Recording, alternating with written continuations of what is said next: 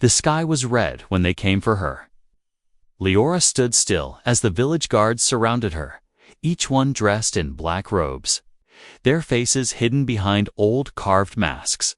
Her heart pounded in her chest, but she did not scream. Screaming never changed anything. She was chosen every year. One girl from the outer clans was picked as a gift to the jungle beast, and this year, the name drawn from the bowl was hers.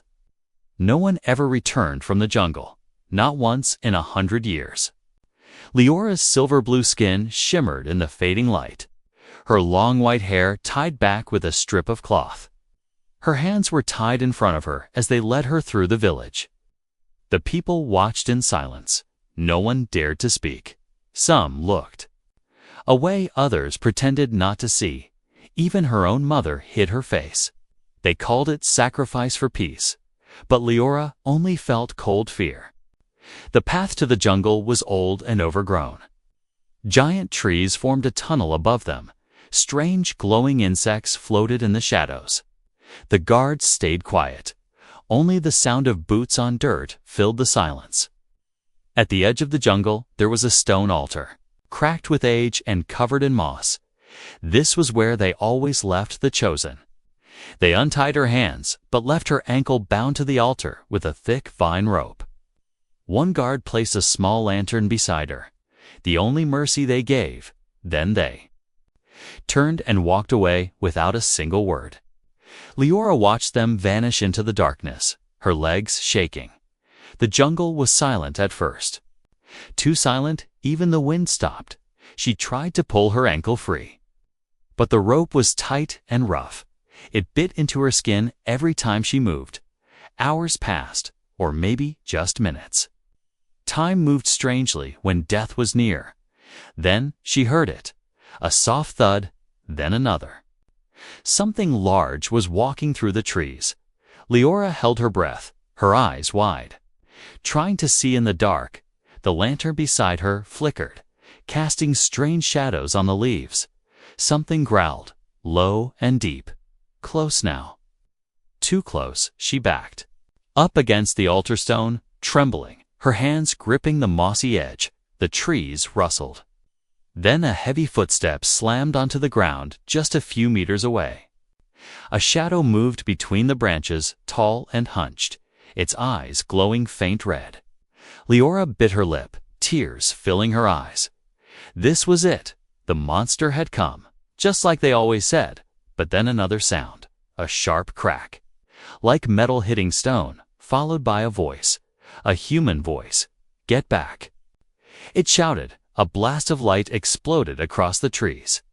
Fire and sparks flew in all directions, and the beast screamed.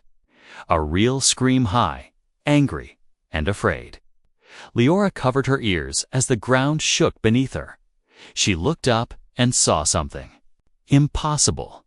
A man, not one of her kind, standing between her and the creature. He was human, tall, covered in dark armor, with red lights blinking on his shoulders. He held a long stick glowing bright orange at one end. Fire. Real fire. He stepped forward without fear, waving the fire stick, shouting something in a strange tongue. The beast roared again and backed away, but it didn't run. It circled slowly, eyes on both of them. Leora could not move, could not speak. The human turned his head slightly, looked at her, then rushed to her side. He knelt down and cut the rope around her ankle with something sharp. His hands worked fast, his breath heavy. I got you, he said softly. The translator on his chest blinked green. She didn't understand all his words, but she understood the look in his eyes. He lifted her into his arms like she weighed nothing, his suit making strange soft noises as he moved.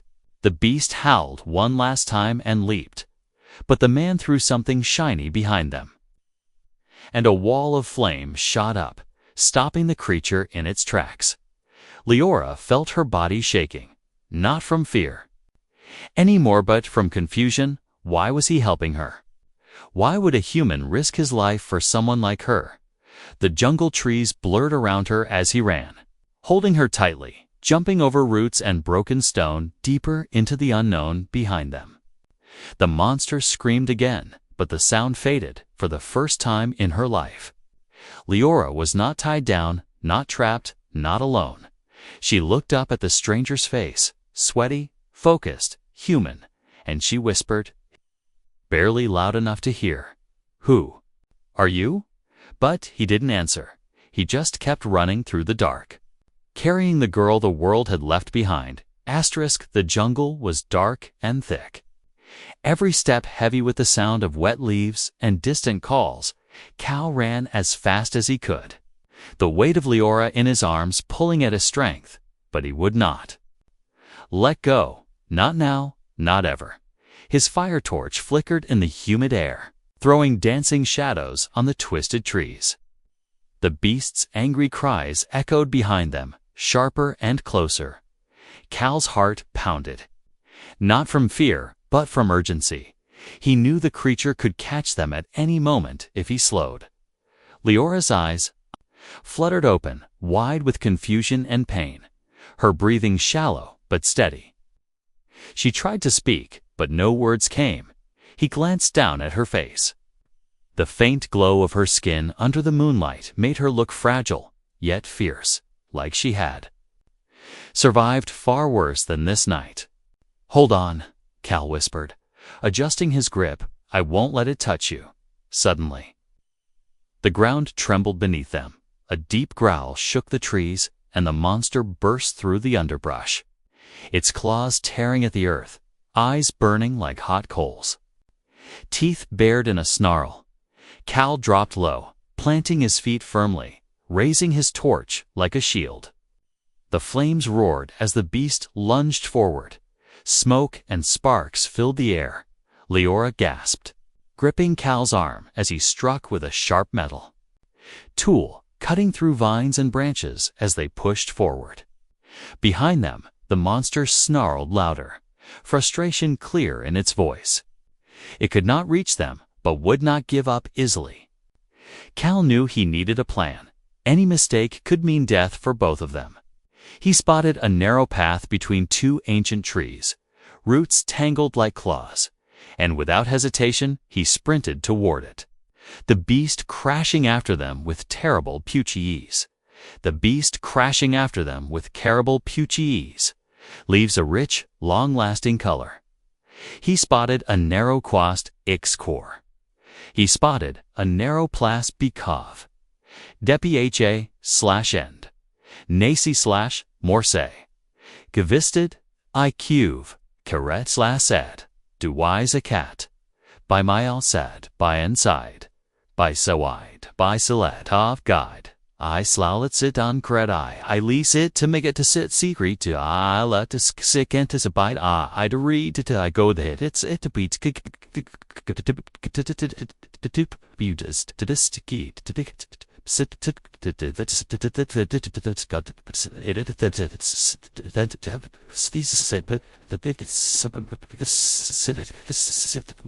speed. They plunged deeper into the jungle's heart, where the air smelled of wet earth and strange flowers.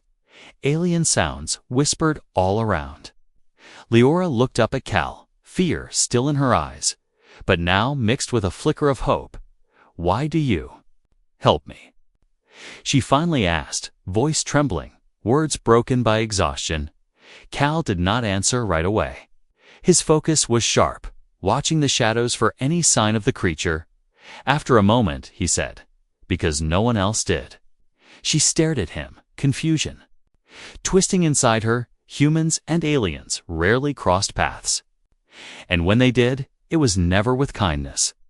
The path led them to a shallow river, its dark water reflecting the stars hidden behind thick clouds.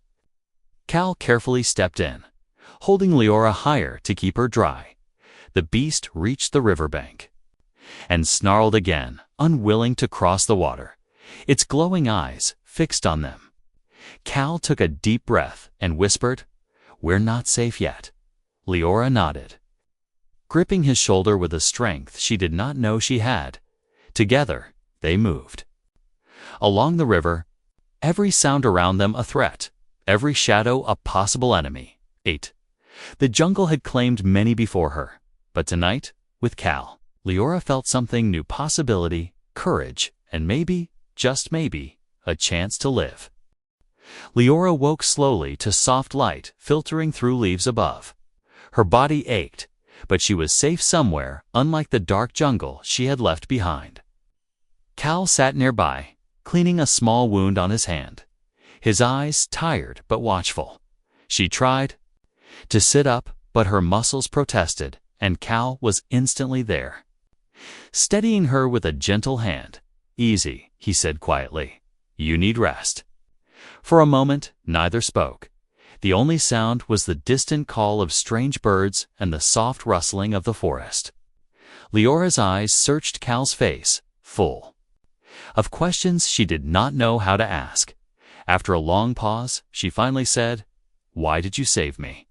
Cal looked away, fingers tracing a scar on his armor. "I don't like to see anyone left to die," he answered simply. She studied him, trying to understand this strange human who risked everything for her. A girl from a world so different and feared. "Where are we?" she asked, her voice barely a whisper. "Not far from the village, but hidden," Cal replied. "I made this shelter from parts of my ship. They come looking. They won't find us here." Leora's mind raced with fear and hope. The village? Elders had taught her to hate humans, to see them as enemies, yet here was one saving her life. Suddenly, a low growl shook the ground, and Leora froze, her body stiffening with terror. Cal reached for a weapon and stood, eyes scanning the trees. The beast was close, angrier now, searching for its lost prize. He motioned for Leora to stay quiet and crouch beside her, whispering, "We must be ready." Time slowed as the beast crashed through the underbrush. But this time it did not attack. Instead, it circled cautiously, snarling, frustrated. Cal held his breath, waiting for the perfect moment, then launched a flare into the air. Bright light filling the space and driving the beast back. Leora watched, in awe, as the human's courage and strange weapons kept them safe. After the beast retreated, she dared to touch Cal's arm, a silent thank you for a kindness she never expected. As the night deepened, trust grew between them, and, for the first time, Leora saw not a stranger, but a protector, someone who might change her fate forever. The jungle grew quieter around them, but inside Leora's mind, a storm was rising. She had spent her whole life believing the sacrifice was sacred, meant to keep her people safe, but now, sitting beside Cal in the flickering firelight, doubts crept in like cold shadows. Leora whispered, "There is more to this than we know." Cal looked at her, waiting for her to explain. She took a deep breath and told him what she had never said out loud. "The beast is not just a monster," she said. "It is controlled by the elders. A weapon to keep fear alive." Cal's eyes widened, the pieces fitting together like a dark puzzle. "The villagers are prisoners," she continued, "not of cages, but of lies and fear." Cal clenched his fists, anger burning in his chest. "We have to stop this, but how?" Leora asked, her voice shaking. "They have power, weapons, and many who obey without question." Cal smiled faintly. "Then we fight smarter, not harder." They spent the night planning, whispering strategies beneath the stars. Leora shared secret paths through the jungle, hidden places only she knew. Cal taught her how to use his weapons, simple tools with power she had never imagined. For the first time, hope took root in Leora's heart. Together, they were no longer prey and rescuer. They were partners in a fight for freedom. The jungle seemed alive with danger as Leora and Cal moved quietly through thick vines and twisted roots. Behind them, the village hunters had begun their search, angry and desperate to bring back the chosen girl. Leora's heart pounded with every snap of a twig and every rustle in the underbrush. She could feel their eyes watching, waiting to capture her again. But the monster was also hunting, its rage growing with every step. Cal held her close. His voice calm but firm. "We must stay ahead of both." Suddenly, the hunters appeared, arrows ready and faces grim. Cal stepped forward, raising his hands. "Stop. She is under my protection." The hunter sneered but hesitated, uncertain about the strange human's power before they could attack. A terrifying roar echoed through the trees. The beast burst into their path, its massive claws tearing at the ground, eyes blazing with fury. Caught between man and monster, the hunters froze, fear overtaking their anger. Cal used the moment to pull Leora into a hidden hollow. But a sharp arrow grazed his arm, pain flaring. Leora dropped to her knees, pressing her hands against the wound. Trembling, Cal smiled weakly. "I'm fine. Keep moving." They ran deeper into the jungle, but Cal's strength was fading. That night, by a small fire, Leora tended to Cal's wounds with trembling hands. For the first time, she felt the weight of being more than a survivor. She was a protector, too. As the stars watched silently above, their bond grew stronger. A quiet promise made in the dark. Neither would face this fight alone. Leora's heart beat fast as she looked at the village ahead, the place where she had once been a prisoner, but this time she was not alone. Cal stood beside her, his arm still weak but steady. They moved quietly through the shadows, avoiding the watchful eyes of the elders. Their goal was clear: find the source of the beast's power and end the fear forever. They reached the old altar, cracked and worn by time, hidden beneath a blanket of vines. A strange device hummed softly. Leora's eyes widened as she recognized it: not magic, but technology. The elders had built a machine to control the monster, a weapon disguised as a curse. Suddenly, voices approached, harsh and angry. The village leaders had discovered their presence. Leora stepped forward, her voice strong. "No more sacrifices." The elders sneered. "You are a traitor to your people." Cal raised his weapon, standing ready. The beast howled from the jungle's edge, but this time Leora was not afraid. She reached for the device and crushed it beneath her foot. The machine sparked and died. The monster screamed once, then fell silent. A new dawn was breaking for the village. Leora and Cal had broken the chains of fear. The jungle was quiet now, but tension hung heavy in the air. Leora and Cal stood together, watching as the village slowly woke to a new reality. The monster was gone, but the fight for freedom was only just beginning. Some villagers cheered, others whispered in fear, unsure of what the future held. Leora felt a strange strength growing inside her, not just from the battle, but from something deeper: hope. Cal looked at her and smiled softly. "You saved more than your people tonight," he said. She turned to him, eyes shining, "and you saved my heart." Together, they faced the crowd, hands clasped tightly. Leora spoke with calm and courage. "We will rebuild, not with fear, but with trust and strength." The elders who once ruled with lies now had no power. The villagers began to step forward, ready to change their lives as the sun rose over the trees. Leora and Cal walked away from the village into the unknown future. Side by side, she whispered, "This is just the beginning." And he replied, "Together, we can face anything." Their journey was far from over, but their hearts were united, and for the first time, the jungle felt like home.